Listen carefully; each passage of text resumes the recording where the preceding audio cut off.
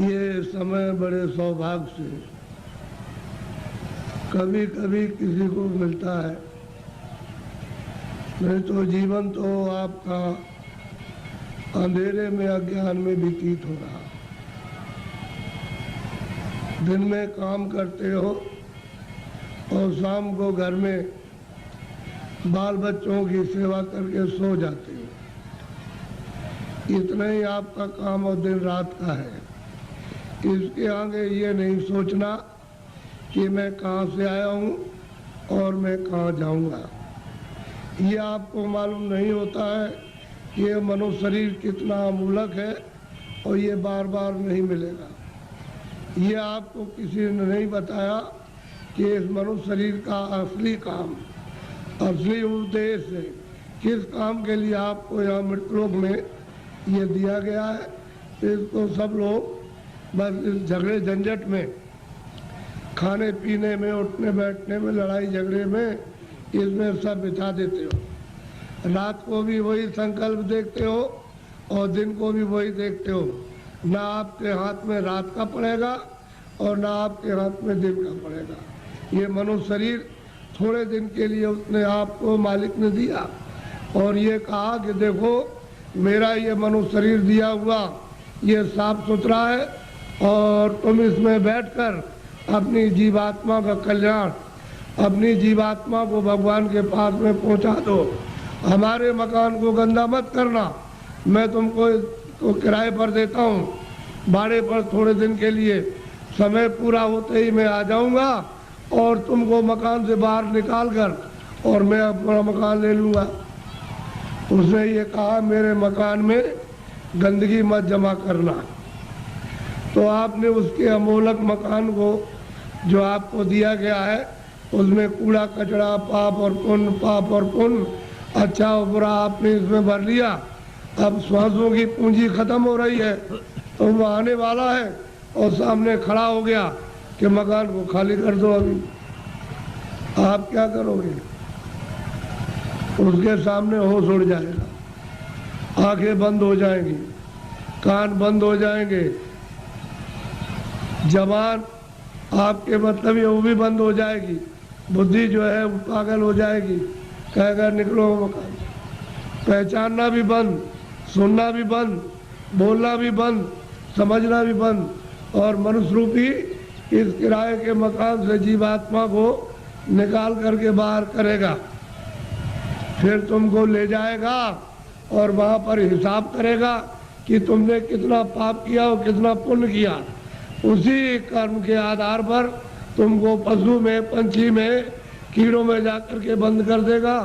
फिर ये मनुष्य शरीर आपको नहीं मिलेगा। ये अमोलक उसने आपको ये निधि दी है। हमको ये चाहिए कि इसमें जीवात्मा बैठी उसको जगाया जाए।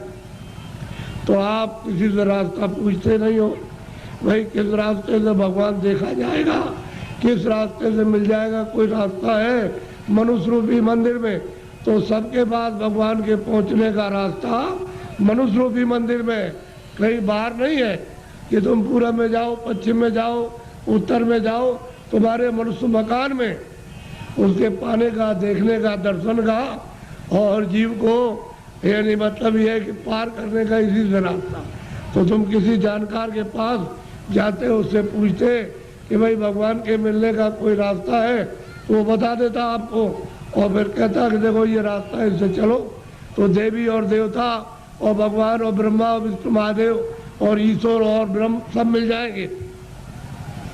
तो आप तो दिन भर इस काम में लगे रहते हो। दिन गया धंधे में, रात गई सोई। हीरा जलम अमोल था, कौड़ी बदले जाए। क्या आपने कर दिया मनुष्य शरीर पाकर? क्योंकि ये तो अमोलक मनुष्य शरीर है।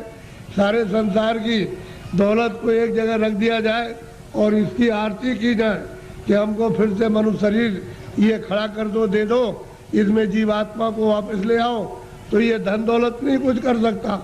ऐसा आपको सबको अमोलक मनुष्य शरीर दिया गया, चाहे किसी भी जात का हो, ब्राह्मण हो, क्षत्रिय हो, अर्जन हो, मुसलमान, ईसाई हो।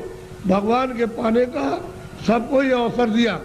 आप कहोगे हमको भगवान के पाने का अवसर नहीं मिला, तो इससे बढ़कर के और क्या मिलेगा। अब आपको इसमें बैठकर किसी महात्मा की खोज करना है जो भगवान को पा चुका। उसको अगर आपने पा लिया और उसके पास पहुंच गए तो भगवान के पाने की आपने इच्छा जगा देगा, और जब इच्छा जाग जाएगी तो आप कहोगे मुझे रास्ता बताइए, तो रास्ता देगा। फिर आप बैठ कर के मनुष्य रूपी इस मकान में फिर भजन करना। जब भजन करोगे तो तुम्हारी दिव्य आँख ज्ञान चक्षु तीसरा नेत्र खुलेगा, उस नेत्र से भगवान और देवी और देवता देखे जाते हैं। ये बाहर की जो चर्म आँखें, जो शरीर की आँखें, ये देवी देवता को, स्वर्ग और वैकुंठ को नहीं देख सकती हैं। जब तुम्हारी अंदर की आँख खुल जाएगी वो उनको देखेगी और उससे मिलेगी और भगवान को देखेगी, तब बेड़ा पार, तब भवसागर से उतरोगे। ऐसे नहीं, मेरी तरफ बड़े ध्यान से देखो। ये दोनों आंखों के बीचों बीच में सब मनुष्यों में ये जीवात्मा बैठी हुई है। इधर देखो आप, ये दोनों आंखों के बीचों बीच में, तो ये शरीर के नाके के ऊपर बैठी है। उधर में स्वर्ग का नाका, इधर मनुष्य शरीर का नाका।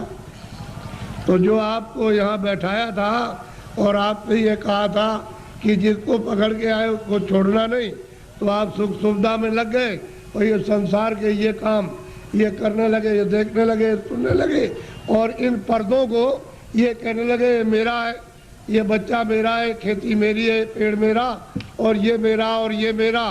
तो इस लोभ लालच में मोह ममता में फंस गए, तो अंदर में मैल जमा हो गया। तो अंदर की तुम्हारी जो जीवात्मा की आँख थी एक, वो तो हो गई बंद। अब देखना बंद हो गया और सुनना बंद हो गया। तो दो आंखें तुम्हारी शरीर में और एक जीवात्मा में, तीन आँख हो गई। तीन तुम किताबों में देखो, उसमें लिखा हुआ है कि महात्माओं के पास जाओगे तब तीसरी आँख तुमको मिलेगी, और बिना महात्मा के गए हुए तीसरी आँख नहीं। और तीसरी आँख से स्वर्ग मिलेगा, वैकुंठ मिलेगा, ईश्वर का दर्शन होगा। इन चर्म आँखों से देवी देवताओं को आप नहीं देख सकते हो। फिर उन्होंने कहा कि भाई देखो ये जीवात्मा बैठी है, उसमें एक कान है और शरीर में दो कान, तो बाहर के कान बाहर की आवाज़ सुन दे और जीवात्मा का कान भगवान की आवाज़ को सुनेगा। तो तुम्हारे घट घट में, मनुष्य रूपी मकान में घंटे और घड़ियाल, आरती, पूजा 2400 घंटे हो रही है। तुमने कभी अपनी जीवात्मा से उसको सुना और देखा? सो रहे हो, ऐसे ही चले जाओगे। न तो ये जमीन जाएगी, न ये बच्चे जाएंगे, न तुमने सोना चांदी जमा किया वो जाएगा, न कपड़े जाएंगे, ये कुछ भी नहीं, सब छोड़ के और तुमको यहाँ से निकाल कर इसी मकान को उठा करके वहाँ जंगल में ले जा कर के शमशान में पहुँचा के जला देंगे। क्या आपके साथ जाएगा? क्या ले आए थे आप? कुछ नहीं, अकेले आए थे। जब जाने लगोगे तो अकेले जाओगे। लेकिन इस माया में, इसमें ऐसे जड़ माया में फंस गए हो कि तुमको अपना होश ही नहीं है कि मैं किस रास्ते से आया हूँ, कैसे वापस जाऊँगा, रास्ता भूल गए। अब महात्मा महापुरुषों की जरूरत है कि वो रास्ता बताए। बिना उनके रास्ता बताए हुए जो जानता है वही रास्ता मनुष्य रूपी मकान में बताएगा। और तुम्हारा ये जो दिल है, ये हृदय जो कूड़ा कचरा पाप और पुण्य का यहाँ भरा, यहाँ नहीं, यहाँ कूड़ा कचरा नहीं है, ये सब यहाँ पर भरा हुआ, उसको महापुरुष साफ करेंगे। और फिर जब सफाई कर देंगे तो मन और बुद्धि और चित्त तुम्हारा निर्मल हो जाएगा। तो जीवात्मा जब साफ होगी तो आँख खुल जाएगी, कान भी खुल जाएंगे, सुनने भी लगना और देखने भी लगना। जब दिखाई देगा तो देवी देवताओं से मिलना भी, उनसे बात भी करना, और जो उसका रचने वाला जो है, जिसने ये सब कुछ बनाया, उस ईश्वर का भी दर्शन साक्षात्कार होगा। लेकिन तुम्हारे मनुष्य रूपी मंदिर में ही उसका घाट है, उसके पास जाने का। ये असली मंदिर है, ये मनुष्य मंदिर है। इसी को जिस्मानी मस्जिद कहते हैं, इसी बाटी को कहते हैं चर्च। इसमें जीवात्मा बैठी हुई और जीवात्मा चेतन है, शरीर जड़ है, इसमें आकर के फंस गई। अब इसको कैसे निकाला जाएगा वो तो महात्मा जब युक्ति बताएंगे, रास्ता बताएंगे, तो धीरे से ये जीवात्मा मतलब ये जाग जाएगी और निकल के बाहर शरीर से बाहर खड़ी हो जाएगी। कैसे खड़ी होती है? जैसे मृत्यु के वक्त में जबरदस्ती निकाल के बाहर कर दिया, शरीर ये पड़ा। ऐसे ही साधन भजन करने पर जीवात्मा अलग हो जाती है और शरीर ये पड़ा वो अलग हो गई, तभी तो आप परमात्मा को देख सकोगे। जीत है जी। सबने कहा है कि मनुष्य रूपी मंदिर में जीवात्मा